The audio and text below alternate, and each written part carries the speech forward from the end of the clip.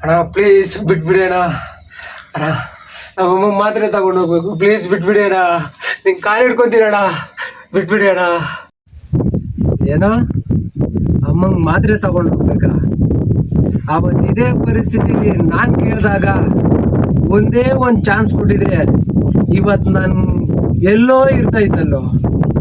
ನನ್ನ ಅನ್ಯಾಯವಾಗಿ ನನ್ನ ಹೊಡೆದು ನನ್ನ ಜೀವನನೇ ನೀರು ಪಾಲ್ ಮಾಡಾಕ್ಬಿಟ್ರೆ ಇವತ್ತು ನಾನು ನಿನ್ನನ್ನು ಬಿಡ್ಬೇಕೇನಾ?